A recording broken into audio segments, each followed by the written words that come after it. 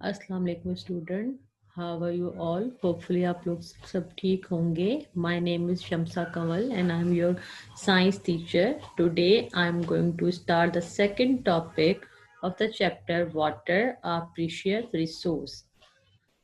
We have discussed the first topic, that is the some ways to conserve water.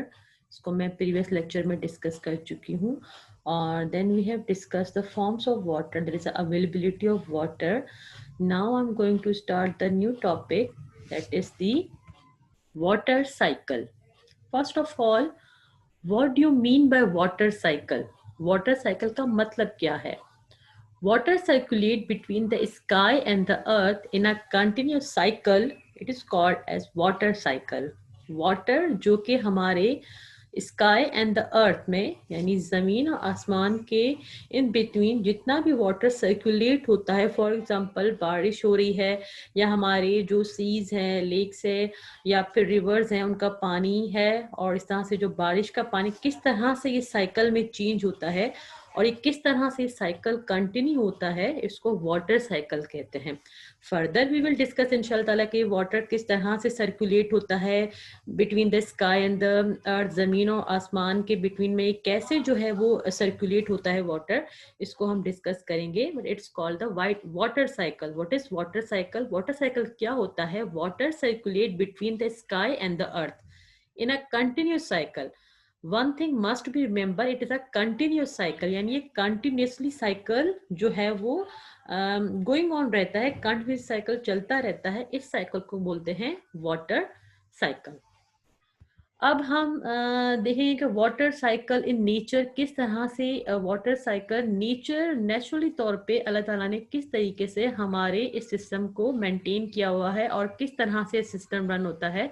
यानी water cycle हमारी nature में किस तरीके से कंटिन्यूसली साइकिल के फॉर्म में रहता है वाटर, इसको आज हम डिस्कस करेंगे. सबसे पहले हम देखते हैं कि water available on the earth has been maintain for million of years because of this water cycle. सबसे पहले एक इम्पॉर्टेंस हम देख लें कि हमारे अर्थ पे जो वाटर मेंटेन हो रहा है बहुत ज्यादा मिलियन ऑफ ईयर्स पे, जो ये वाटर पूरा मेंटेन हो रहा है हमारे अर्थ में, ये किसकी वजह से हो रहा है? ये हो रहा है वाटर साइकिल की वजह से. ये एक इम्पॉर्टेंस है कि नेचुरली तौर पे अल्लाह ताला ने जो हमारे अर्थ पे एक वाटर का जो यू कैन से के अमाउंट है, यानी क्वांटिटी है वाटर की, या वाटर को मेंटेन किया हुआ है, वो इस वाटर साइकिल की वजह से मेंटेन हो रहा है नेचर में. अब वाटर साइकिल किस तरह से मेंटेन होता है? सबसे पहले water from different water bodies such as seas, lakes, river and ponds evaporate due to the heat of the sun. जैसे ही सूरज की शुआएं, the rays of the sun, जिस तरह से पानी जो कि हमारे पास दरियाओं की सूरत में, झीलों की सूरत में और तालाब की सूरत में मौजूद होता है, तो जैसे ही सन रेज उन पर पड़ती हैं तो ये इवोपरेट होता है. देखिए यहाँ पर अगर आप देखें इस डायग्राम को, तो ये वाटर एग्जांपल ली हुई है. तो जैसे ही इस पे जो सन रेज पहुंच रही है इस वाटर तो it this water will evaporate. ये इस तरह से इवोपरेट हो रहा है water due to the heat of the sun. अगर आप ये क्वेश्चन करते हैं कि वाटर क्यों इवोपरेट हो रहा है, तो वाटर जो इवोपरेट हो रहा है just because of the heat of the sun. Plant also give out water vapour from the leaves by the process of transpiration. अब दो तरीके यहाँ पे बताए गए. पहला तरीका ये कि जितने भी सीज हैं, लेक्स हैं, रिवर्स हैं, उनका जो वाटर है वो इवोपरेट, जिससे उन पे सूरज की रोशनी शुआएं पड़ना शुरू हो जाती हैं, वो इवोपरेट होता है और किस तरफ चला जाता है? आसमान की तरफ चला जाता है. ठीक है, पहली बात तो ये हो गई. दूसरी हम क्या बात कर रहे हैं? ट्रांसपोर्टेशन की. आपने देखा होगा अगर आप प्लांट्स के लीव्स को टच करें शाम के टाइम, तो उसमें आपको थोड़ी सी नमी महसूस होगी. क्यों? क्योंकि वहां पर जो लीव्स होते हैं प्लांट्स के, उनमें एक बारीक सुराख की तरह का एक स्ट्रक्चर होता है. It's called stomata. स्टोमेटा का काम क्या होता है? स्टोमेटा जो है वो वाटर वेपर्स जो कि एक्स्ट्रा होते हैं, उनकी नीड से ज्यादा होते हैं, उनको जो है वो इवोपरेट करता है. उस प्रोसेस को बोलते हैं ट्रांसपायरेशन. अब हमने दो प्रोसेस डिस्कस. सबसे पहले हमने डिस्कस किया कि जो वाटर है, जो वाटर बॉडीज में जो जितने भी मौजूद से लेक, सीज एंड रिवर्स में जो है वो इवोपरेट हो रहा है और आसमान की तरफ जा रहा है. सेकंड हमने क्या डिस्कस किया कि जो वाटर वेपर है वो जो है वो किस फॉर्म में होता है? ट्रांसपायरेशन की फॉर्म में होता है, यानी ट्रांसपायरेट होता है, ट्रांसपायर होता है लीव से, यानी लीव्स में की सरफेस पे जो स्टोमेटा होते हैं वहां से ये वाटर जो है वो ट्रांसपायरेशन की फॉर्म में बाहर आता है। Water change into the water vapour and rise up in the atmosphere, यही वाटर वेपर राइज अप होता है, एटमॉस्फेयर में जाता है ऊपर। This water vapour condense on the dust and smoke particle, और ये अपने साथ डस्ट एंड स्मोक पार्टिकल्स को भी लेता है और क्लाउड्स फॉर्म करता है। यानी हमने पढ़ा कि वाटर जो हमारी जमीन पे मौजूद है वो इवोपरेट होता है, स्काई की तरफ जाता है और वहां पे ये क्लाउड फॉर्मेशन करता है। When the clouds gate saturated with water, जब ऐसा होता है कि क्लाउड जो है वो सैचुरेटेड यानी पानी बहुत ज्यादा भर जाता है और क्लाउड सैचुरेटेड यानी फुल ऑफ वाटर हो जाते हैं, तो फिर हमारे पास जो है वहां पर बारिश होना शुरू हो जाती है। ठीक है ना? तो किस तरह से वाटर सर्कुलेट हो रहा है कि जो भी वाटर वेपर की फॉर्म में आसमान तक जा रहा है, या प्लांट्स की फॉर्म में, ट्रांसपायरेशन की फॉर्म में जाके क्लाउड्स बना रहा है, और जब सेचुरेट का मतलब है कि जब बहुत ज्यादा क्लाउड्स बन जाते हैं तो फिर बारिश हो जाती है।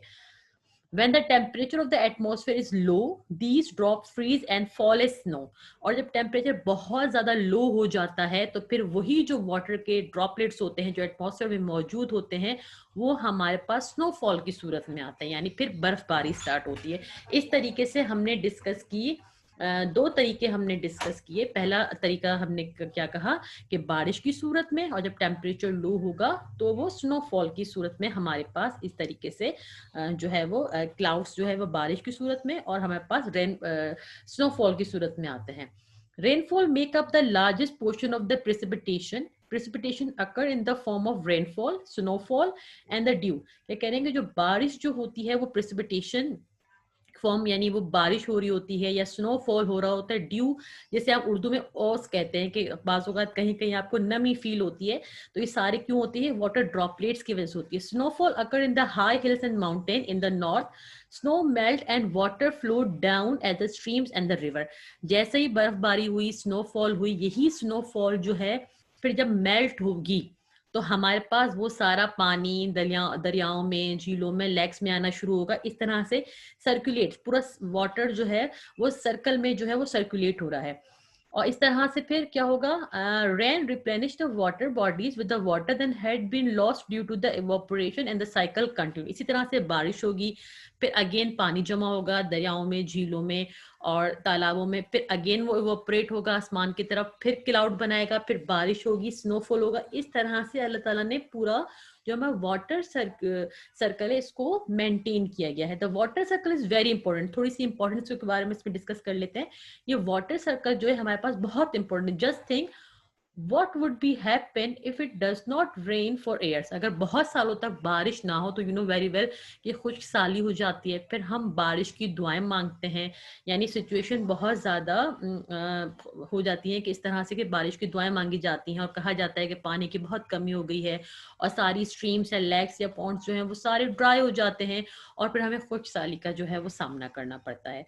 तो rain water is the purest form of water. Rain also help in natural watering of plant and trees. Rain water जो है एक नेचुरली तौर पे बहुत ही एक अच्छी सोर्स है वाटर की, और ये किस पे भी हेल्प करती है? ये हमें हेल्प करती है कि जो इस तरह के प्लांट्स हैं या ट्रीज हैं जिन एरियाज में हम नहीं पहुंच सकते नेचुरल तौर पे, वहां पे अल्लाह ताला ने उनके पानी का इंतजाम किया हुआ है।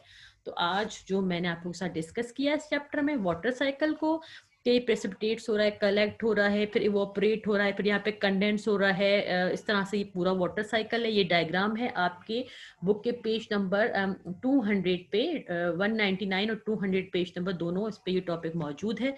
ये पूरी सारी इसकी डिटेल है जो मैंने आपको समझाई। इंपॉर्टेंस मैंने आपको समझाया कि प्लांट और ट्रीज के लिए नेचुरल तौर पे इंपॉर्टेंट होता है। प्योरेस्ट फॉर्म रेन की जो rain water is the purest form of water है। उसके अलावा ये साइकिल कंटिन्यू रहता है नेचर में। तो आज हमने ये डिस्कस किया। थोड़ा सा एंड में समराइज कर देती हूँ कि आज हमने क्या पढ़ा। आज हमने वाटर साइकिल को डिस्कस किया। What is water cycle? जब वाटर सर्कुलेट होता है sky and earth, in between sky and earth पे जब वाटर का सर्कुलेशन होता है और कंटिन्यूस सर्कुलेशन होता है, इसको बोलते हैं वाटर साइकिल। अब हम ये कहते हैं कि वाटर साइकिल होता क्या है? जितना भी हमारे पास दरियाओं में, झीलों में, समंदरों में पानी है, वो इवोपरेट होता है, ऊपर आसमान की तरफ जाता है, वहां पे कंडेंसेशन होती है, क्लाउड बनाता है। फिर जब क्लाउड फुल ऑफ वाटर यानी सैचुरेटेड विद वाटर हो जाते हैं तो रेनफॉल होती है, इसी तरीके से वो दोबारा जमीन पे पहुंच जाता है। और अगर यहाँ पे हम देखें तो अगर टेम्परेचर बहुत ज्यादा कम हो जाए, टेम्परेचर बहुत ज्यादा कम हो जाए तो फिर यहाँ पे स्नोफॉल होना स्टार्ट हो जाती है। जब स्नोफॉल होती है तो फिर जो है वो ये स्नो जो है वो मेल्ट होती है, अगेन वाटर की फॉर्म में दोबारा दरियाओं और झीलों में पहुंचना शुरू हो जाती है। इस तरीके से ये वाटर साइकिल जो है वो कंटिन्यू रहता है हमारे जो है वो एटमॉस्फेयर में नेचुरली तौर पे। आज हमने वाटर साइकिल को डिस्कस किया, उम्मीद है आपको समझ में आ गया होगा और होपफुली कोई डिफिकल्टी नहीं होगी। It is the very easy topic. और अगर इंशाल्लाह ताला कोई डिफिकल्टी नहीं होगी। Thank you so much. Allah Hafiz.